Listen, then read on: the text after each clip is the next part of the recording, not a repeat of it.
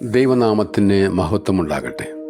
ഇന്നത്തെ അല്പനേരത്തെ ചിന്തയ്ക്കായി തിരഞ്ഞെടുത്തിട്ടുള്ള വേദഭാഗം മർക്കോസിൻ്റെ സുവിശേഷം 1-ാം അധ്യായം 21 മുതൽ 28 വരെയുള്ള വാക്യങ്ങളാണ്. ക്രിസ്തുവിൻ്റെ വചനം അധികാരസ്വരമുള്ള വചനമാണ്. കർത്താവിൻ്റെ ദർശനത്തെ ഭൂതഗ്രസ്തർ പോലും ഭയപ്പെടുന്നു. അശുദ്ധാത്മാവുള്ള മനുഷ്യൻ പറയുന്നത്, നീ ആർ എന്ന് ഞാൻ അറിയുന്നു, ദൈവത്തിൻ്റെ പരിശുദ്ധൻ തന്നെ. നാം പോലും ദൈവത്തെ ഇങ്ങനെ മനസ്സിലാക്കിയിട്ടില്ല. പ്രാർത്ഥനയാലും ഉപവാസത്താലുമല്ലാതെ ഈ ജാതി ഒഴിഞ്ഞു പോകുകയില്ല എന്ന് അറിയാമെങ്കിലും പ്രാർത്ഥനയ്ക്കായി നാം സമയം കണ്ടെത്തുന്നില്ല. ക്രിസ്ത്യാനികളെ സംബന്ധിച്ച് പ്രാർത്ഥന ദൈവശക്തിയാണ്. ആ ശക്തിയെ ഒഴിവാക്കി ഭൗതിക കാര്യങ്ങൾക്കായി നാം സമയം കണ്ടെത്തുന്നു. അത് അശുദ്ധാത്മാവിൻ്റെ പ്രവർത്തനമാണ്. ഒന്നിച്ചിരുന്ന് കൂട്ടായി പ്രാർത്ഥിക്കുവാൻ നമുക്ക് കഴിയുന്നില്ല. നമ്മിലുള്ള ദുഷിച്ച സ്വഭാവത്തെ മാറ്റി നിർത്തി ദൈവത്തോട് നാം കൂടുതൽ അടുക്കണം. കർത്താവിൻ്റെ ദർശനത്താൽ സഖായി ഒരു പുതിയ മനുഷ്യനായി. കർത്താവിൻ്റെ ദർശനത്താൽ അശുദ്ധാത്മാവുള്ള മനുഷ്യൻ പുതുമനുഷ്യനായി. അവൻ്റെ സ്പർശനത്താൽ കുരുടർ കാഴ്ച പ്രാപിക്കുന്നു. അവൻ്റെ സ്പർശനത്താൽ കുഷ്ഠരോഗി സൗഖ്യം പ്രാപിക്കുന്നു. ഇതെല്ലാം കേട്ടും അനുഭവിച്ചും നടക്കുന്ന നാം പുതുക്കം പ്രാപിക്കുന്നില്ല.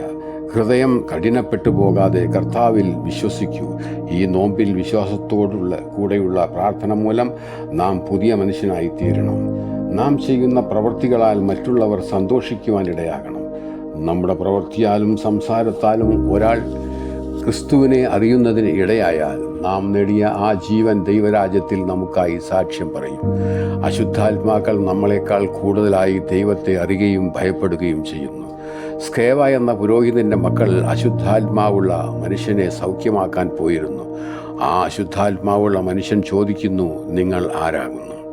പൗലോസിനെ ഞാൻ അറിയും, യേശുവിനെ ഞാൻ അറിയും എന്ന് പറഞ്ഞ് അവരുടെ മേൽ ചാടി വീണ് അവരെ കീഴ്പ്പെടുത്തുന്നു. ദൈവം അയക്കാത്ത ഒരു വചനവും തികവുള്ളതല്ല. ദൈവവചനത്തിനായി നാം മുട്ടിപ്പായി പ്രാർത്ഥിക്കണം. അശുദ്ധാത്മാവിൽ നിന്നും വിടുതൽ ലഭിപ്പാൻ പ്രാർത്ഥനയും ഉപവാസവും നമുക്ക് ആവശ്യമാണ്. ഈ നോമ്പിൻ്റെ കാലഘട്ടം അതിന് നമ്മെ പ്രാപ്തരാകട്ടെ.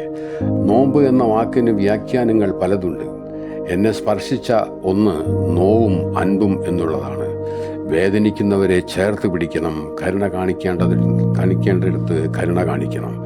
ഈ നോമ്പിൻ്റെ കാലത്ത് നാം ചേർത്ത് പിടിക്കേണ്ടത് നമ്മുടെ ചുറ്റുമുള്ളവരെയാണ്. ആശ്രയത്തിനായി വരുന്നവരെ ഉപേക്ഷിക്കരുത്.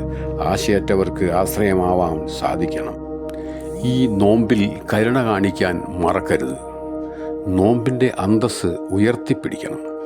ഉപവാസവും പ്രാർത്ഥനയും അകത്തെ മനുഷ്യനെ ശുദ്ധീകരിക്കും. അതിനായി നമുക്ക് പ്രാർത്ഥിക്കാം. ദൈവം നമ്മെ അനുഗ്രഹിക്കട്ടെ.